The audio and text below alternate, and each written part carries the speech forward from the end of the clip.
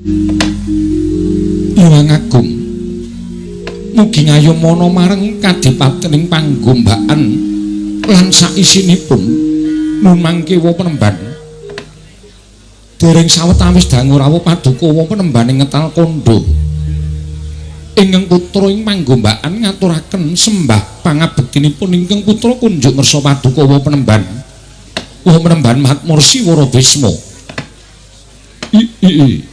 Mas Tunama Sidam Skaring Bawana Langgeng. Iya Yama Widara. Ndak tampa sira atur bekti kelawan wong atuwamu ing ngetal kondo ora liwat pangestuning wong tuwa tampanana. Kula pun dinggo jimat paripih dayanana ing kasantosan. Amawakana kabagyaning gesang kula wa penemban. Mboten langkung kasekecakno anggen jengandika lenggah wonten ing pendhapi kadipaten ing panggombakan. Ya. Kaki Yama Widara kaya wis ora kepenak praptaning wakmi ngetal kondo ana ing panggombakan dina samengko iki. Yama Widara. Nyuwun pangapunten Kanjeng Hyang. Nadyan ingkang wayah pun sanjaya ngaturaken sembah pangabekti kula kunjuk Kanjeng Hyang. Ya putuku nggir, utuku wong gagus. Putuku wong cakrak sanjaya ngaturke bekti kelawan Hyang ngetal kondo wis ndak tampa. Ora liwat pangestuning pun Hyang tampanana. Kula pun dinggo jimat paripih dayanana ing kasantosan. Mugi kasekecakno anggen jengandika lenggah Kanjeng Hyang. Ya sanjaya kaya ora kurang prayoga praptaning pun Hyang ngetal kondo ana ing kadipaten panggombakan Yonggir sanjaya. Kawuhun sewu sawu kalepatanipun ingkang putra Tadah Wadana Mremban. Mboten kanthi kanyono-nyono dene kadipaten ing panggombakan karawuhan paduka Penemban Bisma ing ngetal kondo persasat kadidene kejugrugan ukir sari kelepaning samudra madu manahipun ingkang putra pun Yama Widara. Namung semantena tuwa tandha pitaken salebeting manahipun ingkang putra wonten wigatos menapa Penemban rawuh wonten ing panggombakan. Menawi ingkang putra ing panggombakan nandhang kalepatan dosa menapa ing badhe kula sandhang kula mboten badhe suwala. Nanging menawi paduka Penemban rawuh wonten ing panggombakan nedya paring bebingah dhateng ingkang putra pun Yama Widara lajeng lelabetan menapa ing sampun kula tindakaken. Kepareng ingkang putra cumadung dawuh paduka Penemban Sang Mahatmursi Wara Bisma ngetal kondo Penemban. Mas Tunama Sidam Skaring Bawana Langgeng.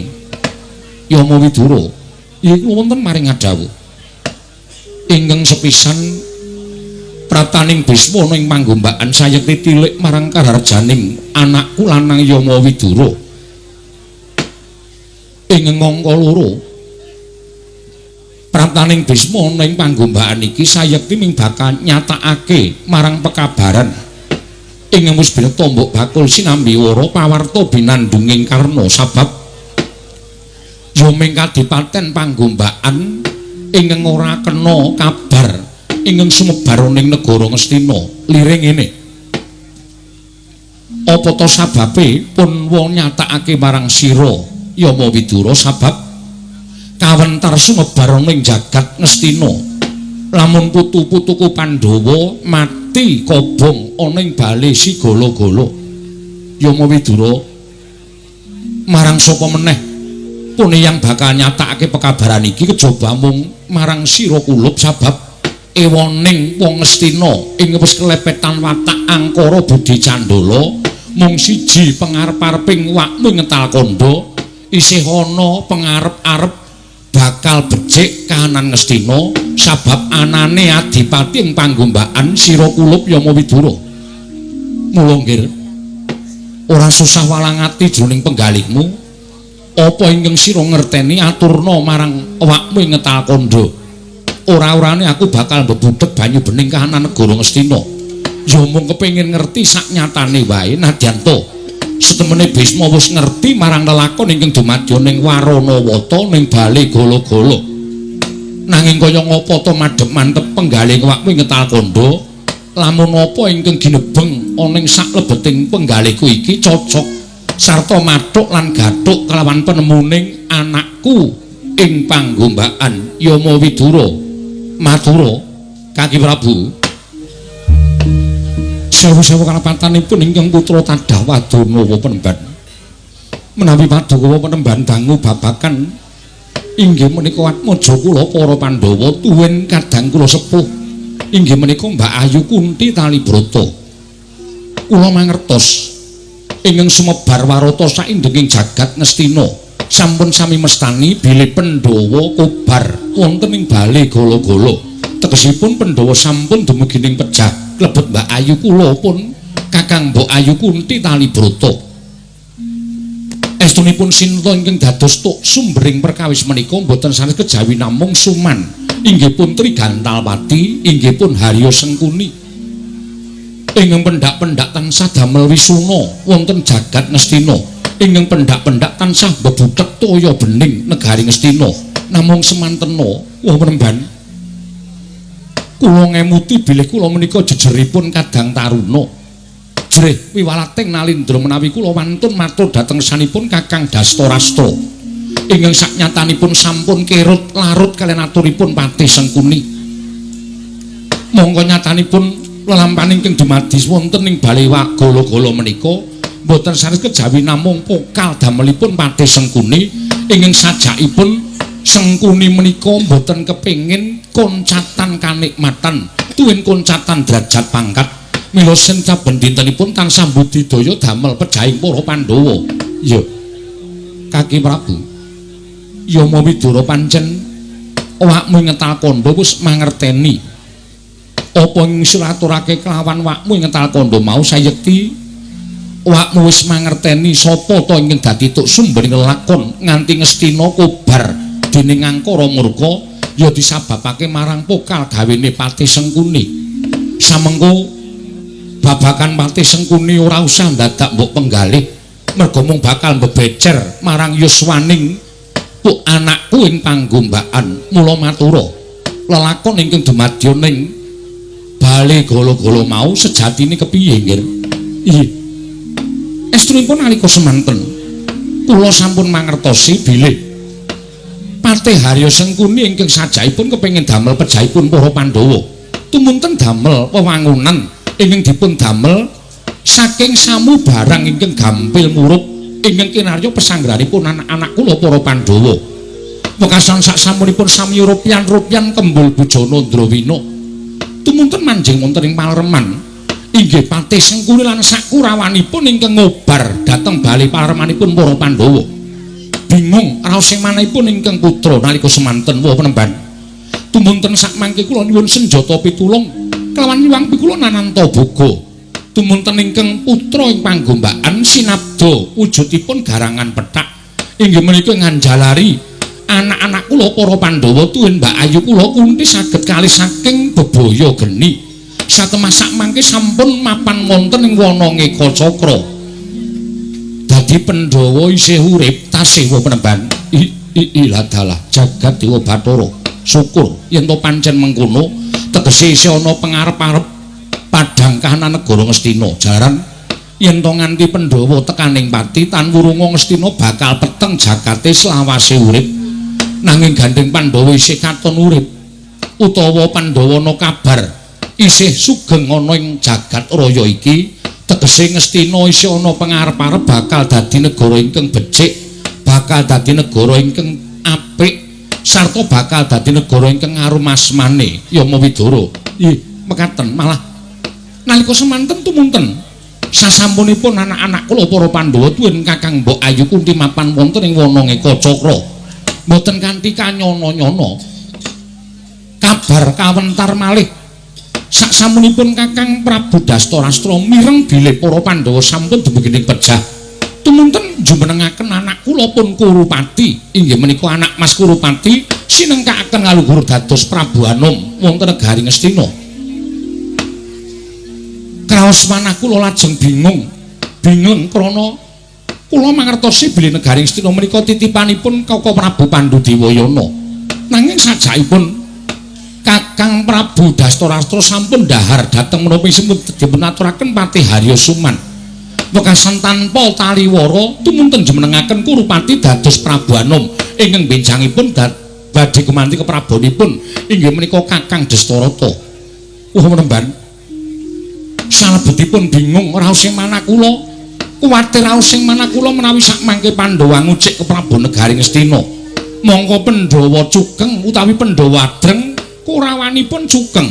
Tanwandi tiyang sepuh kados kula lan paduka Panembahan badhe nyumurupi muncrating marus ingkang mije saking dadanipun para Pandhawa lan Kurawa. Nyatanipun menika tasih tunggal derek utawi tasih tunggal kulit lan daging. Yo. Bener. Yama Widara sak banjure kepiye? Nalika semanten tanpa kanyana-nyana panggombakan karawuhan Kanjeng Eyang Matswapati ing Wirata. Lho. Eyang ing Wirata rawuh ana ing panggombakan. Iya kasinggihan mekaten. Paring dawuh dhateng ingkang putra pun Yama Widara ugi mrihatenaken dhateng perkawisipun Pandhawa lan Kurawa. Tumunten Kanjeng Eyang Matswapati paring dawuh bilih sampun mireng menawi negari Ngastina sampun jumenengaken calon Nalendra inggih menika pun Kurupati. Tumunten Kanjeng Eyang Matswapati paring dawuh dhateng ingkang wayah pun Yama Widara nglilakaken sawetawis wewengkon negari Wirata inggih menika ing tasih wujud wana-wasa.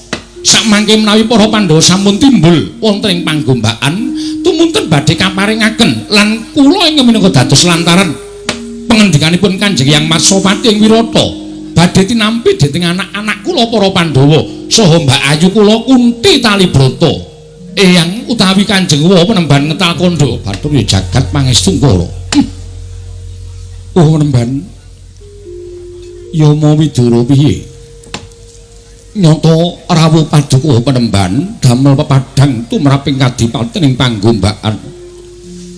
Nadan namung paring pangandikan nanjiaken babakan Pandhawa anak-anak kula tuwin kang Mbok Ayu Kunti Talibrata jebul sabdanipun Wa Panembahan Bisma Ndara Dasih ketitik menika mboten pangling kados Mbak Ayu kula Kunti miwah atmajanipun sedayanipun inggih menika pun para Pandhawa sowan wonten ing panggombakan Wa Panembahan. Mas Tunama Sidam sekaring bawana langgeng tansah kahayoman marang berkahing Wang Mahanasa. Aku ngaturake salam taklimku katur Yama Widara. Inggih kula tampi karya bombong raos sing manahipun ingkang rayipun Yama Widara. Mugi kasecakno anggen jengandika lenggah. Iya Nyai Yama Widara kaya wis ora kurang kepenak praptaku ana ing panggombakan. Anakku nggih anakku wong sentosa. Anakku wong cakrak wong sigak. Wija kanggo padha raja sak praptamu nggih. Inggih paman tansah pinanganing kawidadan niring sambikala bekti kula kunjuk ngersa paduka paman Yama Widara. Iya tak tampa pangestuning pamanmu tampanana kula pundhingga jimat paripin dayanana ing kasantosan permadi padha raja sak praptamu nggih. Inggih paman pinanting suka Basuki praptanipun ingkang putra kula ngaturaken sembah pangabekti kula kunjuk paman. Ndak tampa gawe gedhe ning atiku ora liwat pangestuning pamanmu panggombakan tampanana. Kula pundhingga jimat paripin dayanana ing kasantosan. Bratasena padha raja sak praptamu nggih. Wah. Yama Widara bapakku ya. Slamet aku ngaturke basaku katura. Tak tampa gawe gedhe ning atiku. Ora liwat pangestuning pamanmu tampanana. Tak gegem dadekake jimat Yama Widara bapakku. Iki rak Kakang Semar to? Nggih. Kula ing abdipun Semar. Slamet praptamu ning panggombakan Kyai Semar. Wilujeng niring sambikala. Bekti kula kunjuk Raden Yama Widara. Iya tak tampa pangestuku tampanana. Kula pundi ndadosaken jimat paripih. Nala garing ya slamet pangestunipun Ndara Yama Widara wilujeng niring sambikala.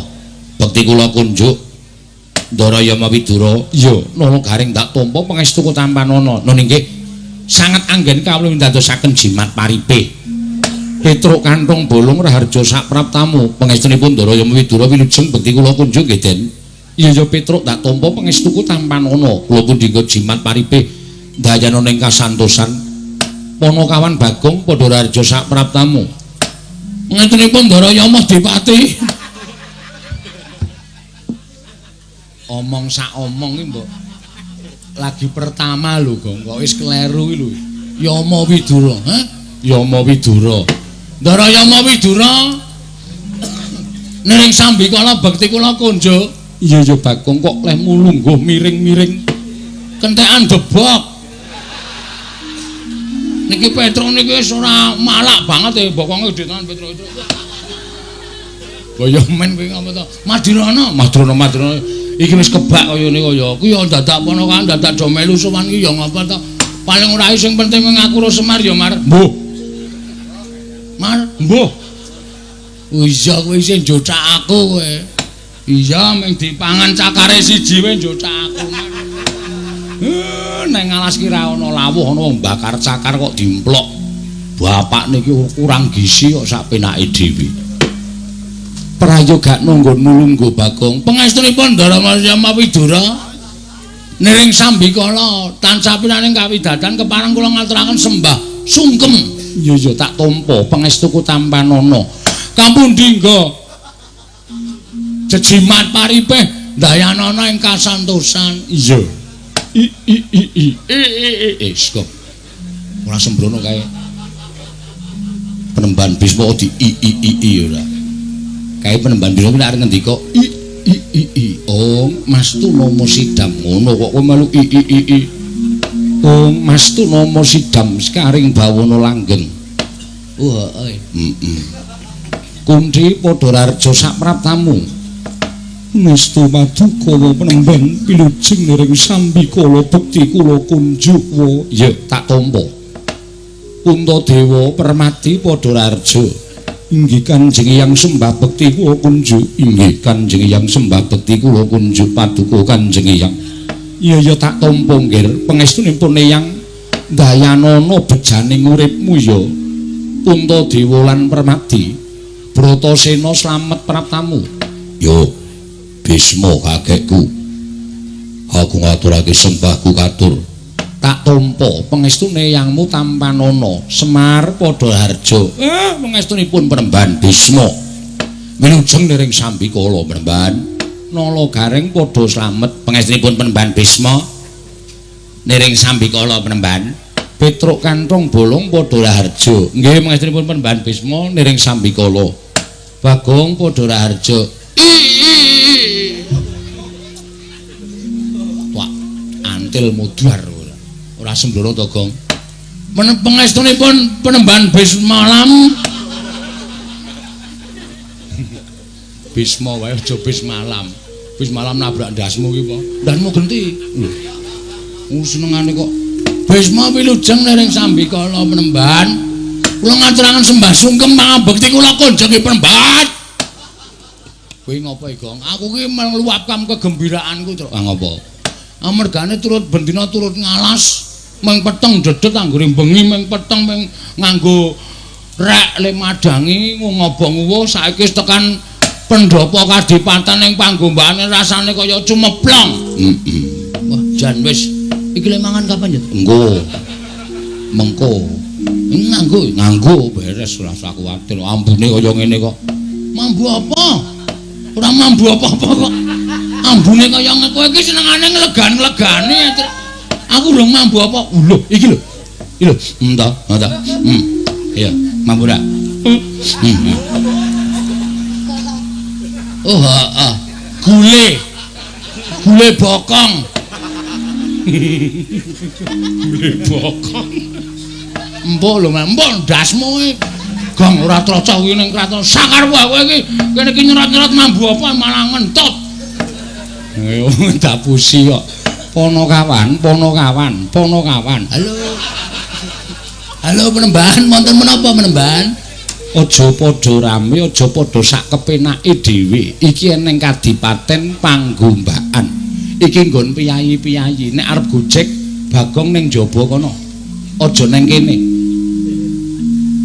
Gojek ya kena ning nganggo tatanan. Iki piyayi-piyayi. Lah kok dadi omonganmu sak kepenake dhewe? Diar. Dukani Ndara Bisma iki nek dukani nek wis nesu Bagong kowe menungso ning patrapmu kaya celeng, iso dadi celeng kowe. Tenan aku ora goro. Ngayal to kandhane. Aku tuh orangnya nggak begitu percaya tuh. Dus ora. Kayak menengo iso ora, nek ora iso meneng tak sumpeli anduk lambimu lho. Anduke sinden gelem aku. Ora ambene lah. Kunci kulunten maring dawuh penemban syukur. Bumbung kang tanpa upama dene sira saat majamu kalising saka bebaya geni ana ing bali golo-golo. Ya mung aja lara atimu yen to dina samengko Ngastina wis kondhang kawentar yen to Pandhawa wis tekaning pati.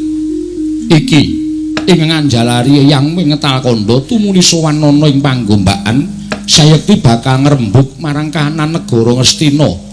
Ingkang bosah baseh pernatane ora karo-karuan disababake saka pelapuraning Harya Suman ya Trigantalpati ya Sengkuni ingkang dandang dikandhakake kuntul dikandhakake dandang kahanan kak saknyatane digawe-gawe dening Mati Sengkuni wekasan bisa ngowahi pernataning praja ora mung pernataning praja Ngastina nanging ngowahi marang pambeganing Ratu Ngastina ya kuwi Kaki Prabu Dastarata. Kakang Mbok, lelamaning mekaten menika kala wau kula suwun Kakang Mbok saged nampi sabab menawi boten saged nampi sakmangke tanwande namung badhe dados regejegan ingkang putra kalawan para Kurawa. Monggo niatipun ingkang rayipun Yama Widura pendak dinten kula menika tansah budidaya kados pundi saged ngrukunaken turasipun Koko Prabu Pandhu miwah Kakang Adipati Dastarata. Yama Widura kula wonten dawuh Kakang Mbok. Aku ngaturake panuwun ingkang tanpa pepindhan. Ya mung nalika semono Kanjeng Sinuwun Prabu Pandhu Dewayana wis paring dawuh marang Kakang Adipati Dastarata yen to saksedane negara Ngastina bakal dititipake. Sing jeneng dititipke kuwi sayektine sesuk yen to ingkang andarbene utawa ingkang kawogan jaluk bali negara mesti wayadile ming kudu dibalekake yen to ibarate ana tetembungan ngemut kula krasa legi kang mangkono bakal dadi dak-dakaning pasulayan mongko suwening suwe aku ora bakal bisa mbendung marang kekarepane anak-anakku ingkang saya tumangkar pikire sarta saya ngrembaka budine mula kang sangga Yama Widura aku njaluk tulung marang sira supaya iso gawe adil antaraning Kurawa lan Pandhawa yen to nganti mengko adreng kekarepane anakku njaluk bali negara Ngastina tan wurunga bakal pecah ya kuwi mungsuhan antaraning Pandhawa lan Kurawa ingkang saknyatane teka dina iki wis ana tandha-tandha lamun Pandhawa lan Kurawa ora bakal bisa didadekke siji Yama Widura. Kakang Mbok, estunipun dereng kemawon paduka Kakang Mbok paring dawuh mekaten kula menika rinten pantaraning dalu tansah budidaya kados pundi caranipun supados sakmangke sampun ngantos antawisipun Pandhawa lan Kurawa mangke benthik krana rebatan kamukten negari Ngastina. Dereng kemawon kula pikantuk pepajar dumadakan rawuhipun Kanjeng Hyang Matswapati ing Wirata wonten ing kadipatening panggombakan. Cetha pangendhanipun Kanjeng Hyang Matswapati paring dawuh dhateng ingkang rayipun Yama Widura.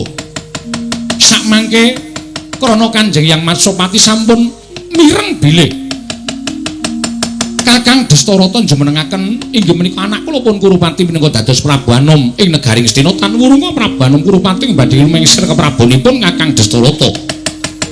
Tumunten sakmangke supados sampun ngantos dados regejegan Kanjeng Hyang Wirata Kanjeng Hyang Matswapati nglilakaken sawetawis wewengkon negari Wirata ingkang tasih wujud wana inggih menika winastan wana marta kaparingaken dhateng anak-anak kula para Pandhawa namung kemawon supados sakmangke wana menika dipun babati menawi sampun dipun babati sakmangke kinarya mukti anak-anak kula para Pandhawa Kakang Mbok nyuwun pangapunten Mbok menawi menika margi ingkang prayogi supados sakmangke hamberat badhe dumawaing korban antawisipun Pandhawa lan Kurawa anak kula sedayanipun Anggenipun sami rebat kamukten negari Ngastina, mugi pangdo Kakang Mbok kersa nampi panggendanipun Kanjeng Hyang Matswapati Hyang Wirata Kakang Mbok. Untadewa, kula wonten dawuh Kanjeng Ibu. Permati kula wonten maring dawuh Bratasena. Kundi babu piye? Ora sandadak nganggo lidah sinambung. Mestine kowe wis midhang apa kang dingendikake dening pamanmu ing panggombakan. Bil yen to Eyang Ming Wirata ya kuwi Kanjeng Hyang Matswapati wae ora mentala marang kesengsaraning para Pandhawa. Lan ora bakal tega nyumurupi Kurawa lan Pandhawa samengko rebut kamukten negara ing Ngastina Yunadyan Ngastina kuwi tinggalane bapakmu. Nanging ngerti ya ngger wong sing ikhlas, wong sing sabar, wong sing tansah nampa lakon kanthi tawajuh, ora nate ngresula marang panguwasaning dat kang urweng dat. Sayekti mengko bakal pikantuk kanugrahan elinga. Lamun kamuktening Pandhawa kuwi ora gumantung marang negara Ngastina. Marem-mareme wong mukti kuwi lamun bebodro dhewe tegese yasa dhewe aja gampang kowe gumantung marang tinggalaning wong tuwa. Sabab wong kang gumantung marang tinggalaning wong tuwa kuwi sayekti ora bakal ana tegese warisan mau ora bakal selawase iso mbok kukup. Nanging yen to kowe bebodro dhewe sayekti bakal langgeng selawase urip. Ya mung kudu budidaya bisa mbabat ya kuwi wongkon negara Wirata kang winastan Wanamarta. Untadewa, Permati, Bratasena, apa kira-kira kowe padha sago babat Wanamarta ngger anakku bocah bagus? Yen perkara nyambut gawe abot aja mbok pasrahke barep, aja mbok pasrahke Permati. Kundi babu Saksenono ature Werkudara, ature Bratasena marang ibuku sing tak tresnani. Yen pancen Matswapati kakekku wis ikhlas maringake wewengkon negara Wirata sing aran Wanamarta marang para Pandhawa, aku sing bakal babat Wanamarta. Aku sing bakal resik wewengkon Wanamarta ben dienggo mukti dulur-dulurku lan ibuku Babu Kunti. Mangkir yen den ampun kesusu. Sakaing lelampar menika kedadipun petung sampun ngantos buntung tembe wingkingipun. Lire piye Semar? Sampeyan nek urung ngerti mang takon karo sing ngerti. Sampeyan nek durung pono mang takon karo sing wis cetha. Sing wis cetha tegese piye? Sampeyan pun ngertos napa dereng? Wanamarta niku kaya ngapa? Wanamarta kuwi alas nggih, ning alas gawat liwat wingit kepati satu mara satu mati jalma mara keplayu. Negara Wirata niku negara sing gedhe kabeh alas-alas wis dibabati, wis diwangun wujuding kutha-gara lan karang pradesan. Ngantos sepriki sinuwun Prabu Matswapati menika le dadi nalendra pun puluhan taun meh mangabad-abad lenggah wonten negaring Wirata. Ewa semanten nalendra Wirata kemawon boten wonten mlebet wewengkon Wanamarta, ora wani nasak Wanamarta awit saka gawating Wanamarta. Kacariyos Wanamarta menika papanipun berkasaan jim setan. Ingkang karem dahar daging menungsa sing seneng ngombe getih menungsa. Mula ora ana titah sing wani mlebet wonten telenging Wanamarta, aja kok titah. Nadyan dewa mudhun teng Wanamarta kowe mboten wantun.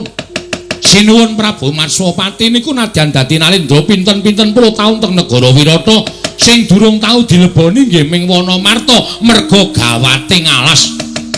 Wah, Semar. Aku menungso wonten ingkang padha mapan ana ing jroning alas. Kuwi bangsaning jim lan berkasaan.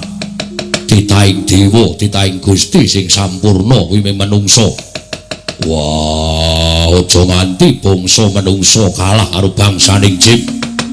Aja nganti bangsaning menungso kalah karo berkasaan nesta pocapane. Mula wektu dina iki nadyan gawat kaya ngapa?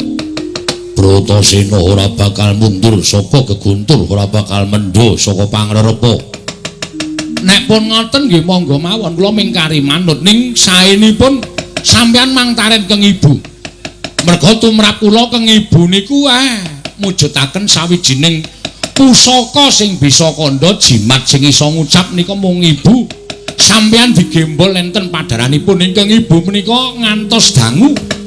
Mula pangestune ibu menika ngungkuli menapa kemawon. Ning nek ingkang ibu mboten ngeparengaken sampeyan ampun wani-wani nrajang wewaring ingkang ibu. Ning nek ibu maringi pangestu kula duwe keyakinan sampeyan kelakon babat. Wah, babuni. Pratasena ya gene. Dina samenggo aku sing sagu babat Wonomarta. Mula wektu dina iki kowe paringa dawuh yen aku babat Wonomarta, Babu Kunthi maringi pangestu apa ora? Pratasena Wonomarta kuwi papan sing gawat kliwat wingit kepati satu mara satu mati jalma mara keplayu. Apa kira-kira kowe bisa babat Wonomarta? Aja ngempuke watu ngatuske banyu. Kabeh kekarepanku bakal tak tekake ana ing tekad mergo tekad kuwi po ing karep. Ikhlasno. Wah, ikhlasno anakmu mati ana ing Wonomarta. Dinggo ganjel kamuktening dulur-dulurku. Dinggo ganjel kamuktening kakangku, adikku lan ibuku. Nadyan aku kudu mudhar ning telenging Wonomarta lak lakonane wonten dulur-dulurku padha mukti ngawibawa Nyakrawati ngrasake urip sing kepenak Kunthi Babu. Kakangmu wis budal babat Wonomarta. Permati lah kok dadi kowe malah enak-enak. Lungguh ana ing pendopo kadipaten ing Panggombakan. Yen ngono kowe mentala karo patine dulurmu tuwa Permati.